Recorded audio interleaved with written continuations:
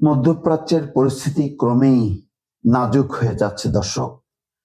সর্বশেষ খবর যেটি এসছে তাতে বলা হচ্ছে আক্রান্ত হওয়ার জবাবে দুবাই, সৌদি আরব, কাতার সহ মধ্যপ্রাচ্য জুড়ে ইরানের তীব্র হামলা।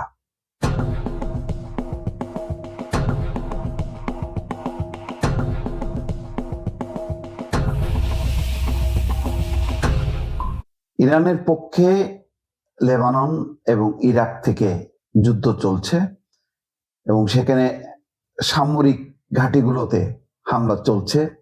ইরাক প্রান্ত থেকে আমেরিকা এবং লেবানন প্রান্ত থেকে ইসরায়েল। ফলে তীব্রতা বাড়ছে, ছড়িয়ে যাচ্ছে দিনকে দিন। যুক্তরাষ্ট্র এবং ইসরায়েল অব্যাহত হামলা চালিয়ে যাচ্ছে ইরানের রাজধানী তেহরানে। শুক্রবার এই যুদ্ধের 14তম দিন, তার মানে 2 সপ্তাহ হয়ে গেল।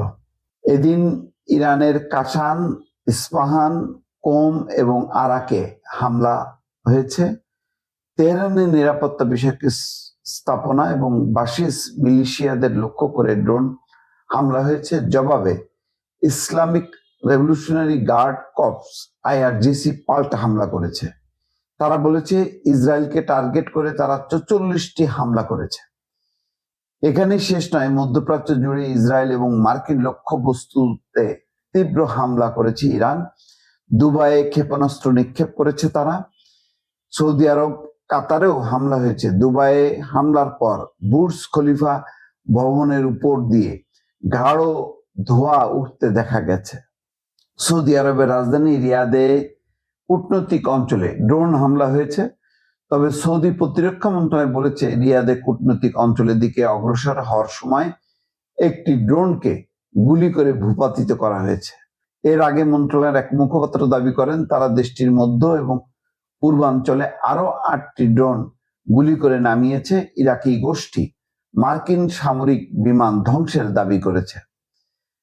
ইরানের খাতাম আল আনবিয়া সেন্ট্রাল হেডকোয়ার্টার শুক্রবার ঘোষণা করেছে ইরাকি রেজিস্ট্যান্স ফোর্স যুক্তরাষ্ট্রের জ্বালানি সরবরাহকারী একটি যুদ্ধ বিমানে আঘাত করেছে।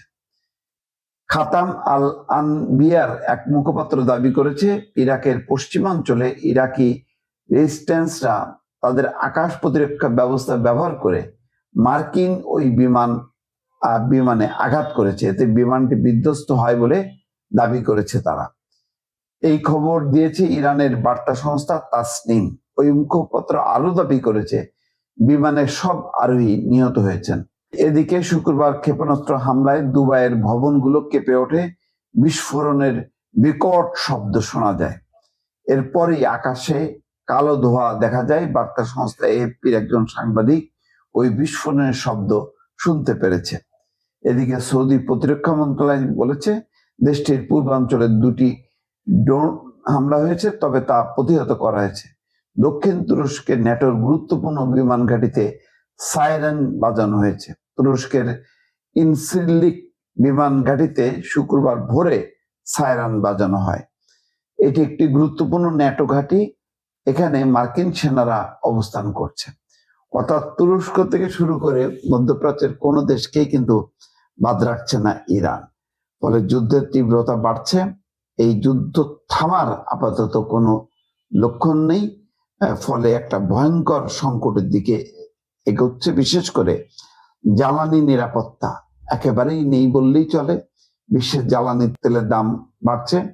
হরমুজ প্রণালী বন্ধ হয়ে গেছে। এই অবস্থায়